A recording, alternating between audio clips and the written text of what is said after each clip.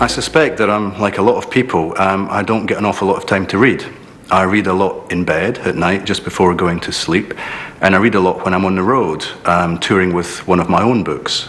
That's when I tend to get the bulk of my reading done. So by my bedside, I've got piles and piles of unread and half-read books, and I've brought some of them along today, some of the recent entrants. I was going to start with David Peace, Tokyo Year Zero. He's an English writer. We know him best probably for his book about Brian Clough's 40 Days as manager at Leeds United. He's a crime writer, and this Tokyo Year Zero is set in the first year after World War II, so it's set in Japan, and it's Japan trying to come to terms with defeat.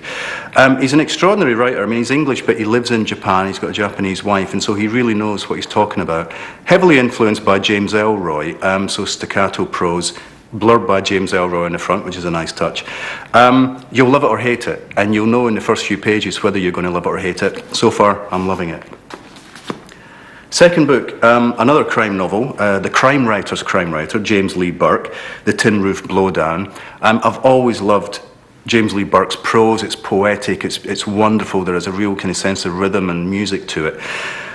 His main detective in the book's Dave Robichaud, works out of New Orleans, and this is a Dave Robichaud book, but it's set in New Orleans just after Hurricane Katrina has blown through, hence the Tin Roof Blowdown.